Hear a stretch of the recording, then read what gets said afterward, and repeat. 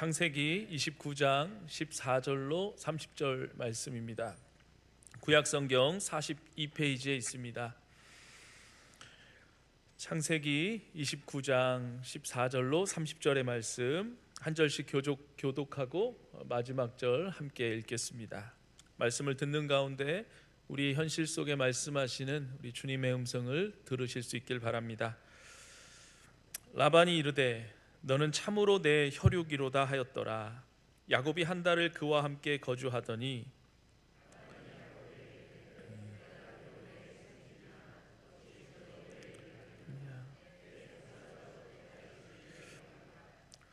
라반에게 두 딸이 있으니 언니의 이름은 레아요 아우의 이름은 라헬이라. 야곱이 라헬을 더 사랑함으로 대답하되 내가 외삼촌의 작은 딸 라헬을 위하여 외삼촌에게 7년을 섬기리이다.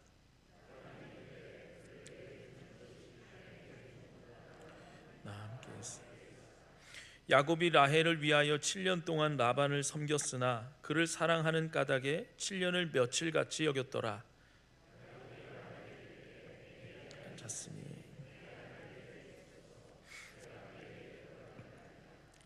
라반이 그곳 사람을 다 모아 잔치하고 저녁에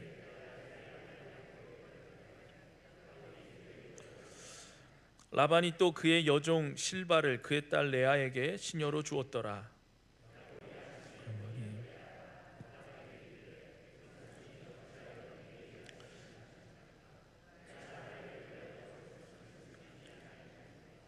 삼촌이 나를 속이심은 어찌됨이니까.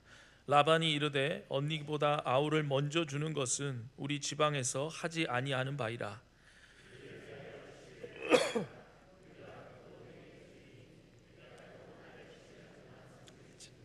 야곱이 그대로 하여 그 7일을 채우매 라반이 딸 라헬도 그에게 아내로 주고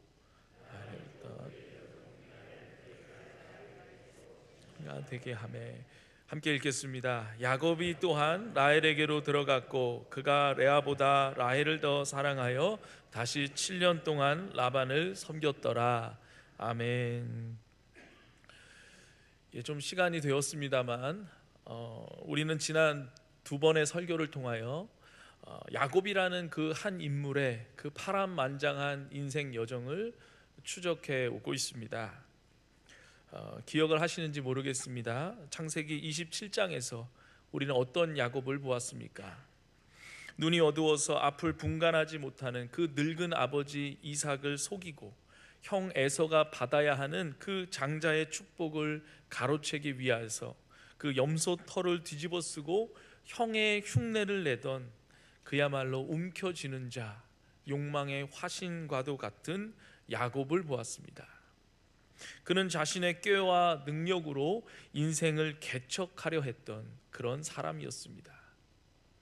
그리고 이어진 창세기 28장에서 그 처절한 도망자의 길 위에서 베델의 그 황량한 들판에서 돌을 베개 삼아 잠든 그에게 하나님은 찾아오셨습니다. 하늘과 땅을 잇는 그 사닥다리를 보여주시고 무조건적인 은혜의 언약을 맺어 주셨습니다. 내가 너와 함께 있어 내가 어디로 가든지 너를 지키며 너를 이끌어 이 땅으로 돌아오게 할지라. 이것은 야곱의 어떤 자격이나 공로가 아닌 전적인 하나님의 은혜였습니다. 하늘문이 열리고 땅에 그 죄인에게 하늘의 약속이 쏟아져 내린 그야말로 은혜의 절정이었습니다. 또 우리는 또한 지난 신년 특별 새벽 예배를 통하여 갈라디아서의 말씀을 묵상하며 한 해를 시작하였습니다. 갈라디아서가 우리에게 던져준 메시지는 무엇입니까? 사람이 의롭게 되는 것은 율법의 행위나 인간의 노력이 아니요 오직 예수 그리스도를 믿음으로 말미암는다는 그 이신칭의의 복음이었습니다. 너희가 성령으로 시작하였다가 어찌 육체로 마치겠느냐는 그 바울의 호통은 은혜로 시작한 신앙생활을 다시 내 힘과 내 공로로 채우려 하는 인생의 어리석음을 찌르는 비수와도 같았습니다. 이 야곱이 베델에서 받은 약속이 바로 이 갈라디아서가 말하는 그 은혜와 맞닿아 있는 것 같습니다. 그런데 우리는 여기서 아주 심각하고도 중요한 질문을 던져야 합니다. 은혜를 받았다면 이제 다 된 것인가? 베델에서 하나님의 무조건적인 선택과 사랑을 입었다면 이제 야곱의 인격은 완성된 것인가? 은혜 받은 자는 저절로 거룩해지는가? 안타깝게도 우리의 경험과 또 성경의 증언은 아니요 라고 대답합니다. 갈라디아서가 우리에게 율법주의를 경계하게 하고 칭의를 가르쳐 주었다면 오늘 우리가 함께 펼친 이 창세기 29장은 은혜 받은 자가 겪어야 할 이 필연적인 성화의 과정, 즉 그 은혜가 구체적으로 우리의 삶의 현장에서 어떻게 우리를 빚어가고 또 깨뜨리는지를 보여주는 훈련의 현장이라 할 수 있겠습니다. 하나님은 베델에서 야곱을 구원하셨지만 하란에서는 야곱을 성숙하게 만드십니다. 은혜는 그 한 번의 사건으로 끝나지 않고 그 은혜를 담을 그릇을 빚으시는 기나긴 훈련으로 이어집니다. 하나님은 야곱을 베델의 꿈속에만 두지 않으시고 라반이라는 지독한 훈련 조교가 기다리고 있는 그 하란의 훈련소로 입학시키십니다. 오늘 본문은 겉으로 보기에는 그저 한 남자가 한 여자를 사랑하고 또 결혼하는 고대 사회에서는 좀 보기 드문 그런 로맨스 같아 보입니다. 또 야곱과 라반, 라헬과 레아 이 네 사람이 얽히고 설킨 막장 드라마와도 같습니다. 그러나 이 통속적인 이야기 속에 하나님은 그 깊은 구원의 섭리와 우리 인생을 다루시는 그 하나님의 어미하신 손길을 숨겨두셨습니다.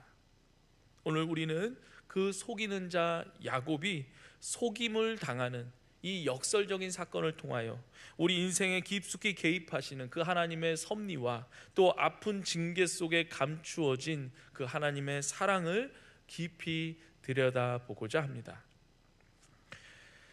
자, 야곱은 브엘세바를 떠나서 약 800km가 넘는 먼 길을 걸어서 드디어 외삼촌 라반이 있는 하란에 도착합니다. 우물가에서 라반의 딸 라헬을 만나고 감격적인 상봉을 하게 됩니다. 혈육을 만났다는 안도감에 야곱은 이제 목 놓아서 울립니다. 그러나 이 장면을 좀 자세히 들여다보면, 냉정하게 보면 과거 아브라함의 종 엘리에셀이 이삭의 신부감을 구하러 왔을 때 그때와는 사뭇 다르다는 걸 알 수 있습니다. 오래전에 아브라함의 종 엘리에셀은 낙타 열필에 온갖 보물과 그물 패물을 다 싣고서 위풍당당하게 이곳 하란에 왔습니다. 그는 주인의 부요함을 과시했고 리브가에게 값비싼 장신구들을 선물했습니다. 라반은 그 재물을 보고 이 야곱의 어머니였죠, 이 리브가를 이삭에게 주저없이 보냈습니다. 그러나 지금 야곱은 어떻습니까? 그는 빈손입니다. 지팡이 하나밖에 없습니다. 그의 옷은 낡았고 그의 행색에는 쫓기는 자의 초라함과 그 생존을 향한 절박함이 묻어 있습니다. 그는 지금 아무것도 가진 것이 없는 그런 도망자 신세입니다. 외삼촌 라반은 계산이 아주 빠른 사람이었습니다. 탐욕스러운 사람이었습니다. 조카가 찾아와서 내가 당신의 피부치입니다, 내가 고육입니다 이렇게 울며 매달릴 때 라반은 야곱의 눈물 뒤에 감추어진 그 숨겨진 빈 주머니를 보았습니다. 라반의 머릿속 계산기는 아마 빠르게 돌아갔을 것입니다. 이 녀석 빈털털이구나, 무언가 사연이 있어 도망쳐 왔구나, 더 이상 갈 곳이 없구나. 세상은 참 냉정합니다. 힘이 없고 가진 것이 없으면 이 관계는 순식간에 거래로 변질됩니다. 라반은 야곱을 조카로서 환대하는 척하지만 실상은 야곱의 노동력을 착취할 그 기회로 포착한 겁니다. 한 달 동안 야곱을 지켜본 라반은 이제 말합니다. 15절에서 내가 비록 내 생질이나 어찌 그저 내 일을 하겠느냐? 내 품삯을 어떻게 할지 내게 말하라. 이 말은 배려 같지만 배려가 아닙니다. 이제부터는 가족 관계가 아니라 고용 관계로, 철저한 이 계약 관계로 전환하자는 선언입니다. 그러한 때에 이제 야곱의 눈에 들어온 사람이 있었습니다. 바로 라헬입니다. 야곱은 라헬을 사랑했습니다. 성경은 라헬과 그의 언니 레아를 이렇게 묘사합니다. 17절에서 레아는 시력이 약하고 라헬은 곱고 아립다우니. 여기서 곱고 아리답다라는 말은 단순히 얼굴이 예쁘다라는 차원을 넘어섭니다. 원문의 의미를 살려보면 라헬은 그 형체와 용모가 미적으로 완벽한 균형과 아름다움을 갖추었다. 요즘 말로 말하면 미스 코리아 진 그 이상이다라고 생각하면 되겠습니다. 야곱의 눈엔 그렇다는 거죠. 눈에 보이는 그 아름다움, 육체적인 매력에 야곱은 즉각적으로 반응합니다. 빈손인 야곱이 그 아름다운 라헬을 얻기 위해서 할 수 있는 게 뭐가 있었겠습니까? 금도 없고 은도 없습니다. 오직 있는 거라고는 자신의 몸뚱아리, 노동력 하나밖에 없었습니다. 그래서 야곱은 라반에게 파격적인 제안을 합니다. 내가 외삼촌 작은 딸 라헬을 위하여 외삼촌에게 7년을 섬기겠습니다. 고대 근동의 관습을 고려할 때 이 7년의 노동은 평균적인 결혼 지참금의 몇 배에 달하는 엄청난 액수였습니다. 야곱은 지금 자신의 모든 것을 걸어서 올인해서라도 이 라헬을 얻으려 하는 겁니다. 여기서 우리는 이 야곱의 대단한 열정을 봅니다. 20절 말씀 보면 야곱이 라헬을 위하여 7년 동안 라반을 섬겼으나 그를 사랑하는 까닭에 7년을 며칠같이 여겼더라. 참으로 낭만적이고 아름다운 구절입니다.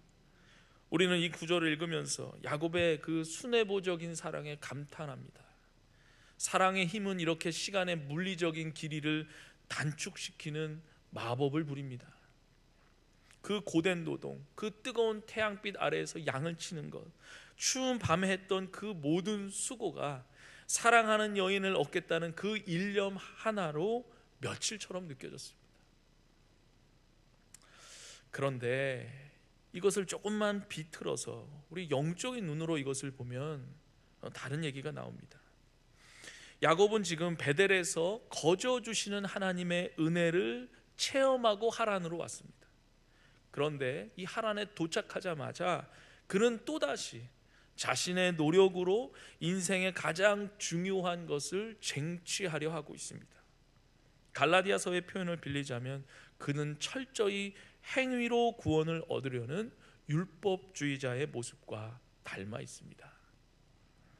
그는 자신이 7년이라는 시간 동안 땀 흘려서 공로를 쌓으면 그 정당한 대가로 아름다운 신부를 얻을 자격이 생긴다고 그렇게 믿었습니다. 내가 이만큼 하면은 내가 저것을 얻을 수 있다. 이것이 야곱의 인생 철학이었습니다. 팥죽 한 그릇으로 형의 배고픔을 이용해서 장자권을 샀고 염소털로 아버지를 속여서 축복을 샀고 이제는 7년의 노동으로 아내를 사려 합니다. 그는 모든 것을 이렇게 거래와 쟁취의 대상으로 보았습니다. 은혜는 받았지만 그의 삶의 방식은 여전히 나의 힘, 나의 수고였습니다. 하나님은 이런 야곱을, 그런 방식의 야곱을 그냥 두지 않으십니다. 그가 땀 흘려 쌓은 7년간의 공로가 얼마나 허무하게 무너질 수 있는지, 그리고 그 인간이 세운 치밀한 계획이 얼마나 쉽게 뒤집힐 수 있는지를 뼈저리게 가르치려 합니다. 야곱이 며칠처럼 여겼던 그 7년은 사실 그가 자신의 욕망이라는 그 감옥에 갇혀 있었던 시간이었음을 하나님은 폭로하시려 합니다. 자, 드디어 약속한 7년이 지났습니다. 야곱은 라반에게 당당하게 요구합니다. 21절에서 내 기한이 찼으니 내 아내를 이제 내게 주소서. 내가 그에게 들어가겠나이다. 야곱의 요구는 매우 거칠고 직설적입니다. 원문의 뉘앙스 그대로 보면 내 여자를 내놓으시오. 내가 그녀와 동침하겠소 라는 그런 노골적인 성적 욕망을 드러냅니다. 그는 자신의 의무를 다했으니 이제 권리를 찾겠다고 소리치는 겁니다. 그의 욕망이 절정에 달했음을 보여주는 것이죠. 라반은 야곱의 요구에 이제 잔치를 베풉니다. 온 동네 사람들을 모아서 성대하게 잔치합니다. 술이 돌고 웃음이 넘치고 야곱의 마음은 이제 기대감과 승리감에 가득 차올랐을 것입니다. 드디어 내가 해냈다. 내가 내 힘으로 내 수고로 이 아름다운 여인을 내가 얻었다. 이제 내 인생은 장밋빛 인생이 될 거다. 야곱은 술에 취하고 분위기에 취하고 자신의 성공에 취했습니다. 그리고 그날 밤 칠흑 같은 어둠이 깔립니다. 신부가 신랑 신방으로 들어옵니다. 고대 근동의 풍습에 따라서 이 신부는 두꺼운 베일로 이렇게 얼굴을 가리고 있었을 것입니다. 게다가 전기도 없는 깜깜한 밤입니다. 야곱은 의심하지 않았습니다. 아니, 의심할 이유가 없었겠죠. 7년을 기다려온 그입니다. 당연히 라헬일 것이라 믿었습니다. 그러나 그의 간절한 욕망이 오히려 그의 눈을 멀게 했습니다. 그는 눈앞에 있는 실체를 확인하지도 않은 채 자신이 만든 환상과 동침합니다. 그리고 그 밤을 보냅니다. 가장 행복했다고 믿었던 그 밤이 사실 가장 끔찍한 속임 당함의 밤이었습니다. 그리고 아침이 되었습니다. 성경은 아주 짧고 건조하게, 그러나 독자들의 뒤통수를 치는 충격적인 문장으로 이 상황을 묘사합니다. 25절에서 야곱이 아침에 보니 레아라. 야곱이 아침에 보니 레아라. 이 짧은 문장 속에 야곱의 충격과 공포, 그리고 이 배신감을 상상할 수 있겠습니까? 창문 틈으로 이제 아침 햇살이 비춰옵니다. 옆에 누운 여인의 얼굴을 확인하는 순간 야곱의 심장은 멎을 듯 했을 것입니다. 화장이 지워진 라헬의 얼굴을 봐서 그런 것이 아닙니다. 그토록 사랑했던 라헬의 고운 얼굴이 아니라 매력 없는, 자신이 거들떠 보지도 않았던 그 레아가 누워 있었던 겁니다. 사람이 바뀌었네. 내가 방을 잘못 들어왔던 것인가? 라는 정도의 해프닝이 아닙니다. 이것은 야곱 인생의 가장 큰 충격이자 하나님의 엄중한 메시지가 담긴 사건입니다. 여러분, 이 장면이 어떤 장면과 이렇게 겹쳐 보이지 않으십니까? 마치 데자뷰처럼 떠오르는 장면이 있지 않으십니까? 바로 창세기 27장에서의 사건입니다. 눈이 어두워서 앞을 보지 못하는 그 아버지 이삭을 속이기 위해서 야곱이 어떻게 했습니까? 형 에서의 옷을 입고 목과 손에 염소털을 두르고 어둠 속에 있는 아버지에게 이렇게 다가갔습니다. 아버지는 의심하며 물었습니다. 내가 참 내 아들 에서냐? 야곱은 태연하게 거짓말했습니다. 아버지는 음성은 야곱의 음성이나 손은 에서의 손이로다 하며 속아 넘어갔습니다. 야곱은 아버지를 속이고 축복을 도둑질했습니다. 형의 것을 가로챘습니다. 그런데 지금 세월이 흘러서 야곱은 자신이 했던 것과 똑같은 방식으로 당하고 있는 겁니다. 어둠 속에서 누군지도 모른 채 자신이 그토록 원했던 대상이 바꿔치기 당하는 그 속임을 경험합니다. 자기가 속인 방법 그대로 자기가 믿었던 사람에게 뒤통수를 맞았습니다. 속이는 자가 속임당하는 자가 되었습니다. 가해자가 피해자의 자리에 섰습니다. 우리는 흔히 이것을 인과응보라고 말하기 쉽습니다. 뿌린 대로 거둔다는 세상의 이치로 해석하면서 고소해야 할지도 모릅니다. 물론 갈라디아서 6장 7절은 사람이 무엇으로 심든지 그대로 거두리라 그렇게 말씀합니다. 맞습니다. 하나님은 심은 대로 거두게 하시는 공의의 하나님이십니다. 그러나 성도들에게 일어나는 이러한 사건들은 단순한 형벌이나 어떤 불교식의 카르마, 업보가 아닙니다. 이것은 하나님의 거울 치료입니다. 하나님은 라발이라는 그 거울을 통하여 야곱 자신의 그 적나라한 모습을 보게 하십니다. 야곱아, 속임을 당한 그 기분이 어떠하냐? 내가 철석같이 믿었던 현실이 아침에 눈을 뜨니 거짓으로 판명 났을 때 그 허탈함과 분노가 어떠하냐. 내가 7년 동안 쌓아올린 그 공든 탑이 하루아침에 무너지는 그 기분 어떠하냐. 그것이 바로 네가 아버지와 형에게 준 상처란다. 그것이 바로 너의 모습이란다. 야곱은 자신이 아버지에게 했던 행동을 똑같이 당해봄으로써 그 맛이 얼마나 쓴지를 깨닫게 되었습니다. 하나님은 야곱을 너무나 사랑하셨기에 그가 여전히 사기꾼의 기질을 가지고 남을 속이고 밟고 올라서는 쟁취하는 그런 방식으로 그렇게 성공하도록 내버려 둘 수가 없었습니다. 사랑의 반대말은 미움이 아니라 무관심이죠. 만약 하나님이 야곱을 포기하셨더라면 그가 라반을 속이고 부자가 되어서 떵떵거리고 살게 두셨을지도 모릅니다. 그러나 하나님은 야곱을 이스라엘로 만드시기 위해서 그를 징계의 학교, 훈련의 용광로로 밀어 넣으신 겁니다. 아프지만은, 뼈를 깎는 고통이지만은 이것이 하나님의 사랑입니다. 자, 이제 야곱은 격분하여서 라반에게로 달려가 따져 묻습니다. 25절에서 외삼촌이 어찌하여 내게 이같이 행하셨나이까? 내가 라헬을 위하여 외삼촌을 섬기지 아니하였나이까? 외삼촌이 나를 속이심은 어찌 됨이니까? 이 절규는 표면적으로는 라반을 향한 것이지만 영적으로는 과거의 자신을 향한 절규여야 했습니다. 야곱은 피해자의 자리에 서 봄으로써 비로소 가해자였던 자신의 죄의 무게를 체감하게 됩니다. 바로 이것이 성화의 과정인 것이죠. 하나님은 때로 우리 삶에 나보다 더 지독한 라반을 두십니다. 나를 힘들게 하고 나를 억울하게 하고 속이는 그 사람을 통하여 하나님은 내 안에 있는 그 모난 자아를 깎아내시고 나의 죄성을 직면하게 하십니다. 그러니 우리는 하나님, 저 사람 도대체 왜 저러는 겁니까? 저 사람 내가 무슨 잘못을 했다고 나한테 이러는 겁니까? 라고 묻기 전에 하나님, 저 사람을 통하여 나의 어떤 모습을 보기를 원하십니까? 내가 어떤 모습을 깎아내기를 원하십니까? 라고 물어야 하는 것입니다. 자, 그런데 라반의 대답은 야곱의 가슴을 더욱 후벼 팝니다.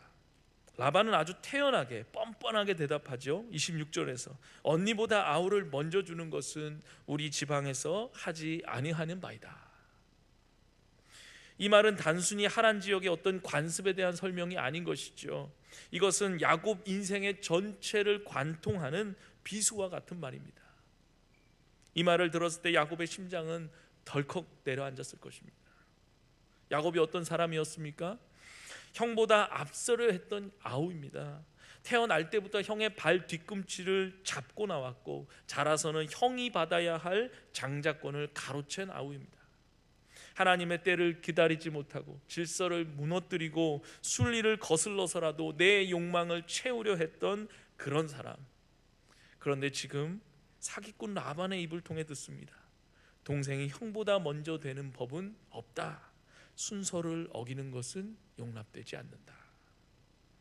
이것은 라반의 말이 아닙니다. 하나님께서 라반의 입을 벌려서 지금 야곱에게 하고 있는 설교입니다.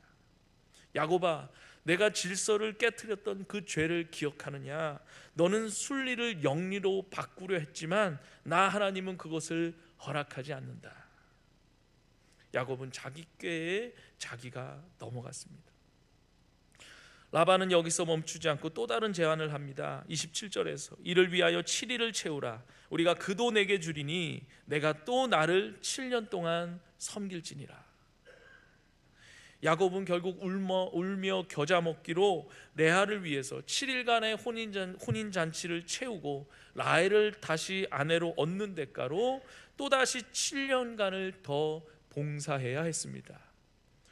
도합 14년간의 노동입니다. 여기서 우리는 율법의 행위와 인간적인 열심의 한계를 봅니다.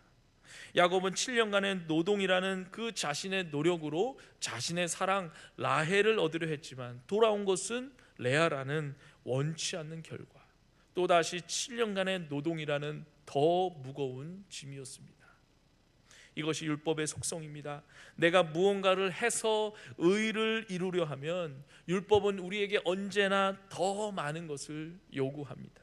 하나를 지키면 또 다른 하나가 발목을 잡습니다. 7년 일하면 될 줄 알았는데 14년이 되었습니다. 야곱은 자신이 주도권을 쥐고 인생을 경영한다고 생각했지만 사실은 라반의 손바닥 안에서 놀아나고 있었습니다. 죄의 종노릇하고 있었던 것이죠. 갈라디아서가 말하는 종의 멍에가 바로 이것입니다. 은혜를 떠난 인간의 노력은 결국 더 큰 수고와 무거운 짐만을 남기게 되는 것입니다. 또한 우리는 여기서 야곱의 사랑이 얼마나 편협하고 자기 중심적인지를 보게 됩니다. 야곱은 라헬을 사랑했습니다. 그러나 그 사랑은 건강한 사랑이라기보다는 편애였고 집착에 가까운 욕망이었습니다. 그는 레아를 사랑하지는 않았습니다. 성경은 30절에서 야곱이 또한 라헬에게로 들어갔고 그가 레아보다 라헬을 더 사랑하여 라고 기록합니다. 여기서 더 사랑했다라는 말은 좀 부드러운 표현입니다. 31절에서는 하나님은 레아가 사랑받지 못함을 보시고 말씀하시는데 원어적으로는 레아가 미움받는 것을 보고 라는 뜻입니다. 사랑받지 못함이 아니라 미워했다는 것이죠. 야곱은 왜 레아를 미워했을까요? 야곱에게 있어 레아는 어떤 존재였는가? 자신의 실패를 상기시키는 존재, 속임수의 증거, 원치 않았는데 떠맡게 된 짐 같은 존재였습니다. 그래서 야곱은 레아를 외면하고 미워했습니다. 야곱은 외모를 보았습니다. 조건을 보았습니다. 자신의 눈을 즐겁게 하는 그 라헬을 사랑했습니다. 이것이 타락한 인간의 사랑법입니다. 우리는 얼마나 자주 겉모습에 우리가 현혹되는지요. 화려한 것, 예쁜 것, 나에게 이익이 되는 것들만 라헬이라고 부르면서 쫓아다닙니다. 반면 하나님이 보내신 그 은혜의 통로일지도 모르는 투박한 레아들은 거들떠보지 않습니다. 야곱은 그토록 사랑했던 라헬을 얻었지만 그 대가로 14년간의 청춘을 저당 잡혔고 가정에는 끝없는 불화와 시기의 씨앗이 뿌려졌습니다. 그가 선택한 사랑, 그가 심은 욕망은 결코 그에게 평안을 가져다 주지 못했습니다. 그러나 이야기의 끝은 여기서 멈추지 않습니다. 인간의 실패와 좌절 그리고 엉킨 실타래 속에서도 하나님은 놀라운 구원의 역사를 이루어가고 계십니다. 31절을 다시 보시면 여호와께서 레아가 사랑받지 못함을 보시고 그의 태를 여셨으니 라헬은 자녀가 없었더라. 이것이 하나님의 시선입니다. 이것이 하나님의 반전입니다. 야곱은 고운 라헬만을 바라보았지만 하나님은 사랑받지 못한 레아를 주목하셨습니다. 세상은 더 예쁜 것, 더 능력 있는 것, 더 가진 것을 선택하지만 하나님은 버림받은 것, 약한 것, 소외된 것들을 택하사 강한 것들을 부끄럽게 하십니다. 야곱은 라헬을 얻기 위해 14년을 바쳤지만 정작 이스라엘의 12지파를 세워가는 주역들은 미움받던 레아를 통해 태어났습니다. 레아에게서 난 넷째 아들, 그 이름은 유다입니다. 유다가 누구입니까? 바로 다윗 왕의 조상이요 만왕의 왕이신 예수 그리스도가 오실 혈통의 통로입니다. 메시아는 야곱이 그토록 사랑했던 라헬의 혈통에서가 아니라 레아의 혈통으로 오셨습니다. 한번 생각해 보십시오. 인간 야곱은 눈에 보이는 아름다움을 쫓아서 라헬만을 선택하려 했습니다. 만약 야곱의 계획대로, 야곱의 뜻대로 그렇게 라헬하고만 결혼했다면 어떻게 되었을까? 우리는 알 수 없지만 분명한 것은 하나님의 구원 계획은 인간의 기호나 그런 선택에 좌우되지 않는다는 겁니다. 야곱에게 있어 레아는 속임수의 결과요, 원치 않는 짐이요, 아침에 눈을 떠 마주친 절망이었지만 하나님 보시기에는 레아는 언약의 통로요, 은혜의 그릇이요, 메시아의 조상이 되었습니다. 우리가 실패라고 생각하는 그 지점, 내가 속았다고 생각하는 그 억울한 상황, 하나님 왜 저에게 저런 사람을 붙여주셨습니까? 왜 저에게 이런 직장을 허락하셨습니까? 왜 저에게 이런 질병을 주셨습니까?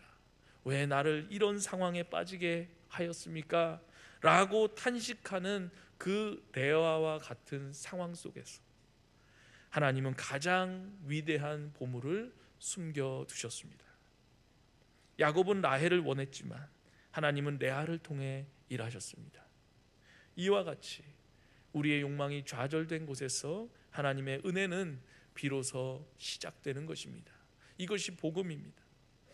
우리 예수 그리스도가 누구십니까? 그분은 영광스러운 하늘 보좌를 버리시고 이 땅에 오실 때 고운 모양도 없고 풍채도 없은 주, 우리가 보기에 흠모할 만한 아름다운 것이 없는 그런 모습으로, 마치 레아와 같은 모습으로 오셨습니다. 세상 사람들은 예수님을 거들떠보지도 않았습니다. 십자가에 달린 예수를 조롱하고 외면했습니다. 그러나 하나님은 그 버림받은 돌을 모퉁이의 머릿돌로 삼으셨습니다. 또한 예수님은 야곱과는 전혀 다른 신랑 되십니다. 야곱은 예쁜 라헬만을 사랑하고 못난 레아를 미워했지만 우리 예수님은 어떤 분이십니까? 죄로 인해 얼룩지고 영적으로 눈이 멀고 전혀 매력이 없는 레아와 같은 저와 여러분들에게 신분을 맞이해 주셨습니다. 야곱은 7년을 일해서 라헬을 얻었지만 예수님께서는 십자가에서 물과 피를 다 쏟으심으로 우리를 사셨습니다. 자신의 피값으로 우리를 사시고 우리를 나의 사랑, 나의 어여쁜 자라고 불러주셨습니다. 야곱은 아름다운 여자를 얻기 위해 일했지만 예수님은 추한 우리를 아름답게 만드시기 위해서 십자가에서 일하셨습니다. 이것이 우리가 받은 은혜입니다. 말씀을 정리하겠습니다. 다시 한번 우리 야곱의 인생을 생각해 보십시오. 창세기 28장에서 그 베델에서 야곱은 하나님의 무조건적인 은혜를 받았습니다. 그러나 29장에서 이 하란에서 그는 혹독한 훈련을 받습니다. 28장의 은혜가 우리를 의롭다 하시는 칭의라면 29장에서의 훈련은 우리를 거룩하게 하는 성화의 과정입니다. 이 순서는 결코 바뀔 수가 없습니다. 29장이 28장보다 먼저 앞설 수가 없습니다. 우리는 행위로 구원받는 것이 아니라 은혜로 구원받습니다. 그러나 은혜로 구원받은 자는 반드시 하나님의 다루심을 통과하게 됩니다. 하나님은 야곱을 사랑하시기에 징계하십니다. 히브리서 12장 6절은 말씀합니다. 주께서 그 사랑하시는 자를 징계하시고 그를 받아들이시는 아들마다 채찍질하심이라. 잠언 3장 12절도 말씀합니다. 대저 여호와께서 그 사랑하시는 자를 징계하시기를 마치 아비가 그 기뻐하는 아들을 징계함같이 하시느니라. 징계는 미움이 아닙니다. 징계는 사랑입니다. 하나님은 야곱을 그냥 사기꾼으로 내버려 두지 않으시고 그를 속이는 자 야곱에서 하나님과 겨루어 이긴 자 이스라엘로 바꾸시려는 겁니다. 오늘 우리 삶 가운데도 이런 라반과 같은 사람들이 있으십니까? 또 억울하게 속임을 당하고 내 수고가 헛된 것처럼 느껴지는 그런 아침을 맞이하고 계십니까? 아침에 보니 레아라, 내가 꿈꾸던 성공이 다 허상이고 내가 믿었던 사람들이 오히려 나를 비방하고 대적하는 것을 알고 좌절하고 계십니까? 하나님, 어찌하여 나에게 이러십니까? 라고 항변하고 싶으십니까? 그러할 때 반드시 기억하십시오. 하나님은 그때도 우리를 포기하지 않으시고 우리와 함께하고 계십니다. 하나님은 그 아픈 사건을 통하여서 내 안에 야곱, 내 안에 그 교만함과 속임수, 내 안에 우상과 율법주의를 다 깨뜨리고 계십니다. 내가 뿌린 대로 거두게 하시는 그 아픔을 통하여 타인의 아픔을 공감하는 자로, 나의 꾀가 아닌 하나님의 은혜만을 의지하는 자로 빚어가고 계십니다. 아침에 보니 레아라, 내가 원한 것은 라헬이었으나 하나님이 주신 것은 레아였구나. 내 뜻과 계획은 좌절되었으나 하나님의 섭리는 그래도 이루어져 가고 있구나. 내가 속았다고 생각했으나 하나님은 이 레아를 통해 유다를 낳게 하시고 마침내 메시아를 준비하셨구나. 이것을 고백하는 것이 믿음입니다. 내 실패의 자리에서 하나님의 승리를 보는 것, 이것이 신자의 안목이어야 합니다. 우리의 인생은 수수께끼와 같습니다. 우리는 어둠 속에 다니며 더듬거리며 무언가를 잡으려 합니다. 때로는 속고 또 때로는 넘어집니다. 그러나 두려워하지 마십시오.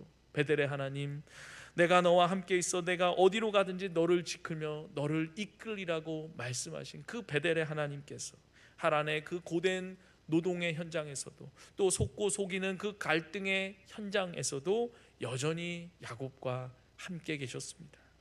그 하나님이 지금도 우리와 함께 하고 계십니다.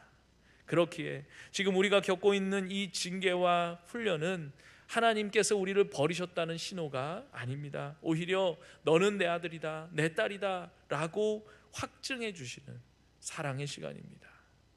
그 아픔의 시간을 통과하면서 비로소 우리는 속이는 자 야곱에서 하나님과 겨루어 이긴 자 이스라엘로 성숙해져 갈 것입니다. 올 한 해 우리의 눈앞에 라헬이 아닌 하나님이 주신 레아들이 많이 있을 것입니다. 그 레아들을 기쁨으로 믿음으로 끌어안길 소원합니다. 내 뜻대로 되지 않는 그 현실 속에서도 하나님의 섭리를 신뢰하면서 묵묵히 성화의 길, 성장과 성숙의 길로 걸어가시는 헤브론의 모든 성도님들 되시기를 주님의 이름으로 간절히 축원드립니다. 이제 주신 말씀 가지고 함께 기도하기 원합니다. 이 시간 기도할 때 사랑 많으신 우리 하나님 아버지, 베델에서 값없이 주신 은혜를 입고도 여전히 내 힘과 꾀로 살려 했던 아버지 지난날의 어리석음을 고백하며 라반이라는 거울을 통하여 나의 감추어진 욕심과 거짓된 자아 보게 하시니 감사를 드립니다. 아버지, 내가 소홀히 여겼던 레아와 같은 모든 상황 속에서 숨겨진 하나님의 보물을 발견하는 영적인 지혜를 더하여 주옵소서. 하나님의 고된 훈련과 갈등에서도 우리와 함께 하시는 임마누엘 주님을 의지하며 끝까지 인내하며 나아가는 저희 모두가 되게 하여 주옵소서. 이러한 기도 제목 주님 앞에 올려드리며 이 시간 함께 기도하겠습니다. 하나님 아버지, 오늘 말씀을 통하여서 우리 인생의 주관자 되심 오직 하나님이심을 고백합니다. 아버지, 하나님이 자신의 꾀로 아버지 그렇게 라헬을 얻으려 했으나 실패하고 하나님의 뜻 가운데 훈련받은 모습을 봅니다. 아버지 하나님, 우리 안에도 여전히 내가 주인 되어서 내 인생을 조종하려는 그 교만이 있음을 시간 고백합니다. 아버지 하나님, 어느 당할 때도 남을 원망하기보다는 나 자신을 돌아보는 지혜를 더하여 주시고 내가 뿌린 죄의 씨앗들 아버지 그것들 보게 하시고 철저히 회개하며 정결함으로 아버지 정결한 그릇 준비되게 하여 주시옵소서. 아침에 눈을 뜰 때마다 원하지 않는 현실 가운데 아버지 그것이 우리 앞에 목도할지라도 낙심하지 않게 하시고 야곱의 실패 속에서 레아를 통한 구원의 숨은 계획이 있음을 아버지 그 놀라운 하나님의 지혜를 신뢰하며 나아가는 저들 되게 하여 주시옵소서. 내 눈이 보기 좋은 대로 선택하지 않게 하시며 하나님의 선하신 뜻을 따라 순종하는 저희들 되게 하여 주시옵소서. 우리의 삶이 비록 고달픈 하나님의 훈련장 같을지라도 그곳에 주님이 함께 하심을 믿습니다. 징계가 다시는 당시에는 즐거워 보이지 않고 슬퍼 보이나 후에는 의와 평강의 열매를 맺는 줄 믿습니다. 아버지, 그것을 믿음으로 고백하며 우리의 고난을 통하여 예수 그리스도의 십자가를 더 깊이 이해하게 하여 주시옵소서. 자격 없는 우리를 택하시고 훈련시키소서 마침내 복된 자리에 앉히시는 그 은혜 감사드립니다. 우리 교회가 고난받은 지체들을 위로하게 하시고 하나님의 사랑으로 서로를 세워가는 그러한 헤브론 교회 되게 하여 주시옵소서. 사랑 많으신 하나님 아버지, 내 생각과 내 계획대로 되지 않는 우리 인생의 아침을 맞이할 때도 주님의 선하심을 신뢰하는 저희들 되게 하여 주시옵소서. 아침처럼 야곱처럼 아버지 눈앞에 화려함만을 쫓다가 우리를 멈춰 세우시고 아픔을 통해 성숙의 길로 인도하시니 감사를 드립니다. 내가 뿌린 대로 거두시게 하시는 그 엄위하신 섭리 앞에서 남을 탓하기보다 겸손하게 나 자신을 돌아보는 저희들 되게 하시고 우리가 원치 않았던 레아를 통해서도 구원의 역사를 이루어 가시는 그 주님의 크신 그림을 바라보는 믿음의 실력을 더하여 주옵소서. 감사드리며 예수님의 이름으로 기도드리옵나이다. 아멘. 다 일어나셔서